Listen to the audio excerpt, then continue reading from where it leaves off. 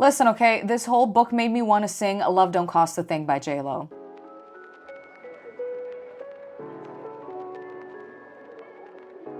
Hey, welcome to my video. If you're from my Instagram, I love you. And if you're not from my Instagram, love you all the same. Welcome to another monthly book club. This one is very late, however, because I was on vacation at the beginning of September. And then I also was very busy with work. But you don't care about excuses, you care about the video. So here it is. Before we officially begin though, a few disclaimers as always. Number one, I'm never here to intentionally bash books or authors. I am here to tell you my honest opinion about books that I've purchased and read. But I really don't want my potentially bad review to influence you necessarily, in terms of like, if you were already planning on reading something and then I say I don't like it or I even DNF it, just read it anyway. Reading is so subjective, and the reason that I say that I might not like a book might be the reason that you actually love it, and neither of us are wrong. Obviously, an opinion is an opinion, so my 1-star read might be your 5-star, and I love that. And I'm also gonna pop some pictures up on the screen right now for you, just to give you a sort of baseline as to why I rate things the way that I do. It's not a perfect system, but it is what it is, okay? Now that we're done with all of that, let's actually get into the video. So let's dive right into it with the Six Night Truce. So first of all, the tropes. It's a small town contemporary romance with forced proximity, and it's about Jane and Sean. Now, Jane is a defense attorney, and she stepped into the courtroom one morning intending to fight for her client's life, and Sean is a cop who also happens to be there. Now, once they get settled in, all hell breaks loose. Somebody starts shooting up the courthouse, successfully shoots her client, and almost kills her and Sean as well. Because of that, the courthouse goes into lockdown, and they're obviously forced into one room together. And then they also end up having a week to find whoever is actually trying to kill them, because as it turns out, the threat against them is personal. Now, while they're trying to figure out who their killer is, obviously you know what happens. She starts to think that she might not actually only like Sean, but also love him, and he starts to develop feelings as well. So that's kind of the quick premise. Now let me tell you my rating. For me, this was a 4-star read and 2 chili peppers. So obviously I had fun with this one. I enjoyed it overall. I thought the storyline was very exciting. There were cool plot twists, and like stuff was happening all the time. It was very engaging, and I did enjoy like the mystery and the suspense part of it all. And I did also like the main characters. So overall, this was a hit for me. The spice, I would say, was pretty average, but it was nice. And I mean average in comparison with all the other books that I normally read, okay? And now we're moving on to a series that I really enjoyed, and it's Creation's Captive and Destruction's Desire. Now for the series, I'm gonna give you a synopsis of mostly book 1, because if you are planning on reading it, I don't want to spoil book 2 for you, but I'm obviously gonna be rating them individually. So let's start with Creation's Captive. So it's mostly about Vivian. Now she's always been a little bit different, and then a traumatic event happens at school that involves her best friend and her best friend's brother, and it really leaves her scarred, but with a very special gift, and that is talking to ghosts. Now when it comes time for college, she moves away and she starts fitting in a little bit more, finds a group of friends, but she still has that special little gift. And one day she discovers that a very powerful creature is on the loose and threatens the existence of the entire universe, and she's basically the only one who can stop him. Now, not to spoil it too much for you, but the creature will stop at nothing to have Vivian,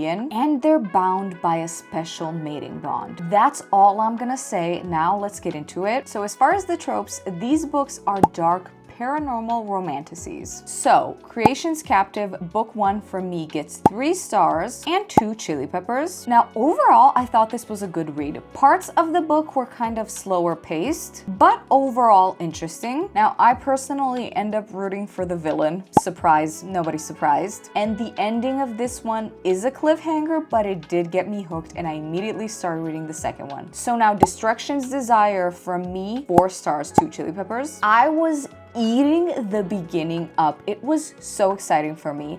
And I also love Leon. I don't care what anybody says. I saw a lot of bad reviews about these books on Goodreads, but I so don't care. It was actually delicious. And I also thought that there were very cool twists and turns, and the smut was definitely nice. Now, this isn't the last book. This is going to be a trilogy. I cannot wait for book 3. And you know I'll be here talking about it as soon as it drops. Now, since we can't only talk about good books, let's pivot a little bit it and talk about forget it. And the tropes here are surprise pregnancy, forced proximity, and friends to lovers. It's about Rosie, who's the youngest of two. She's always kind of felt second best in her very toxic family. And so one night at her best friend's wedding, she throws caution to the wind and decides to have fun, shall we say, with Jackson. Now, Jackson is a movie star, he's a stuntman, and he can't get her out of his mind. And then when she finally gives him a shot, he's left wondering if his career is worth the dangerous consequences, especially because Rosie loves to play it safe. Now, on paper, this was so a book for me, but my actual rating was 2 stars and 2 chili peppers. Let's get into it. This book for me was very insta-lust, which that part of it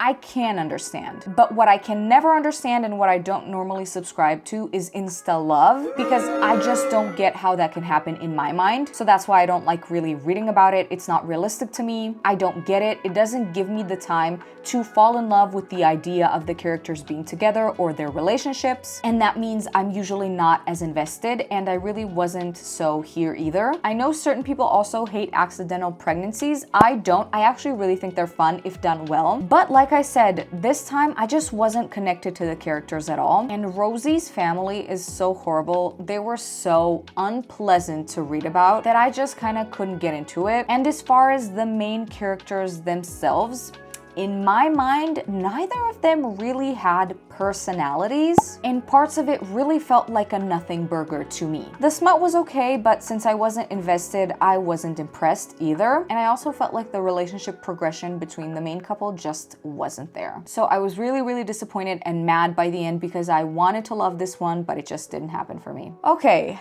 now that we're done with that, let's get into rapid fire ratings. That's where I tell you all the other books that I've read this month. I don't really elaborate much, just a sentence or two. If you want me to elaborate more on specific books in future videos, then I will, but let me know. Otherwise, we leave it as it is. So let's go. A Soul to Keep, 3 stars, 3 chili peppers. It was a little long, but I did overall like it, and I liked the main characters. And the smut was definitely interesting and something new. Hello Trouble, 2 stars, 2 chili peppers. So I felt like the main characters' chemistry was better when they were friends. When they actually started dating, it was kind of stagnant. And besides them dating, nothing else really happens. If it makes you happy, 3 stars and 2 chili peppers. This was kind of slow paced, but it definitely was a cozy read. Not much happens though, and there is a slow burn between the main characters, so that's something to take into consideration. The smut is okay, there wasn't too much of it, and I liked the main characters, but I just wasn't too obsessed. But it did give me cute, cozy autumn vibes. Fall I Want, now this one was also another cute autumnal read, but 2 stars and 2 chili peppers, and here's why. At a certain point, let's say from 55%, it becomes more of a billionaire romance than it does small town. And I mean to a ridiculous degree. Like for example, he adds her to his account and they're not even officially dating. And at a certain point, the main male character starts out sweet, but he ends up giving very much a rich asshole vibe to me. And the last one we have for today is Blood and Thorns, which is 3 stars and 2 chili peppers. Now this one